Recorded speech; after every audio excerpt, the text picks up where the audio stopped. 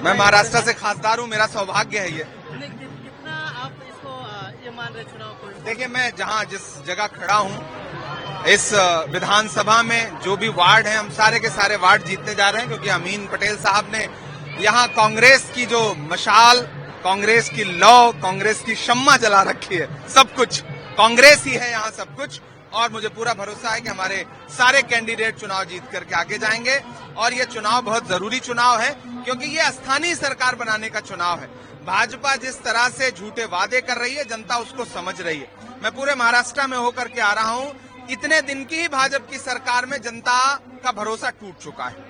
तो मुझे पूरा भरोसा है कि आने वाले दिनों में यहाँ पर जो सरकार बनेगी स्थानीय बीएमसी में, वो बिना कांग्रेस पार्टी के नहीं बनेगी। आप ये दावा कर रहे हैं, लेकिन कई पार्टीज हैं जो बड़ी भी है, छोटी भी है, दावा कर रहे हैं कि उसमें राजनीति में लेकर के जात पात लेकर आ रहे हैं। कहते हैं कोई हिजाब पहनने वाला मेयर बनेगा, कोई नहीं। आप एक सिंपल बात देखो, हमारे यहाँ तो सब है। हमारे यहाँ आपको घूंघट वाले भी दिख जाएंगे, हिजाब वाले भी दिख जाएंगे, हिंदू, मुसलमान, सिख, ईसाई।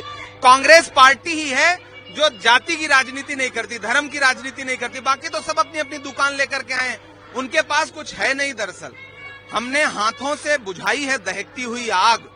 अपने बच्चों के खिलौनों को बचाने के लिए नफरतें बेचने वालों की भी मजबूरी है। माल तो चाहिए दुकान सजाने के लिए, तो वो अपनी दुकान सजाने के लिए इस तरह की बात कर रहे हैं। जो हिजाब में किसी को प्रधानमंत्री बनाना चाहते हैं, उनको चाहिए कि पहले एक आमदार और एक खासदार तो हिजाब वाली बना लें, उसके बाद प्रधानमंत्री बना लेंगे। इधर जो भाजपा के नेता संवैधानिक पदों पे बैठे हुए जिस तरह की भाषा का इस्तेमाल कर रहे हैं, अगर नरेंद्र मोदी जी उसे सुनते हैं, नड्डा जी उसे सुनते हैं, अमित शाह जी उन्हें सुनते हैं, तो ये जो छोटे कद के बड़ी बड़ी बातें करने वाले लोग हैं, इन पे अंकुश लगाना चाहिए उनको। ठाकरे ब्रांड जो है इस बार उतरे हैं एक साथ, और कल उनका एक बहुत बड़ी रैली भी थी शिवाजी पार्क में।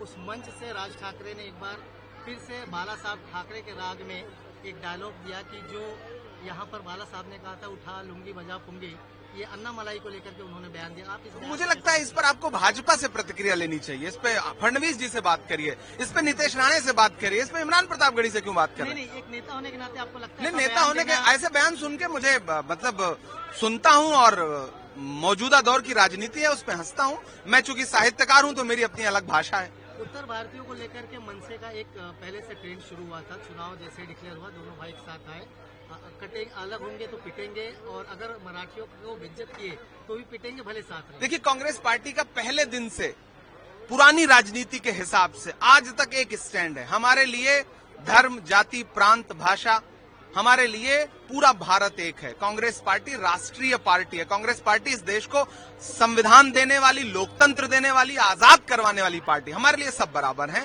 और हम सबकी बराबरी की बात करते हैं। हमारे लिए किसी भी प्रदेश का, किसी भी भाषा का, किसी भी जाति का, किसी भी धर्म का, हर व्यक्ति हमारे लिए समान है। एक आखिरी सवाल, क्या आंकड़ा आप देख रहे हैं बीएमसी में? देखिए, आंकड़े निकालने का काम पत्रकारों का है। आप लोग अपना काम कर नहीं रहे हैं। दरअसल आप लोग ईमानदारी से अपना काम करिए। हम जनता के बीच में जाके अपील कर रहे हैं। हमारे आमदार हमारे साथ हैं, मैं खासदार हूं, हमारे जो प्रत्याशी हैं वो साथ हैं, हम इनके साथ हैं।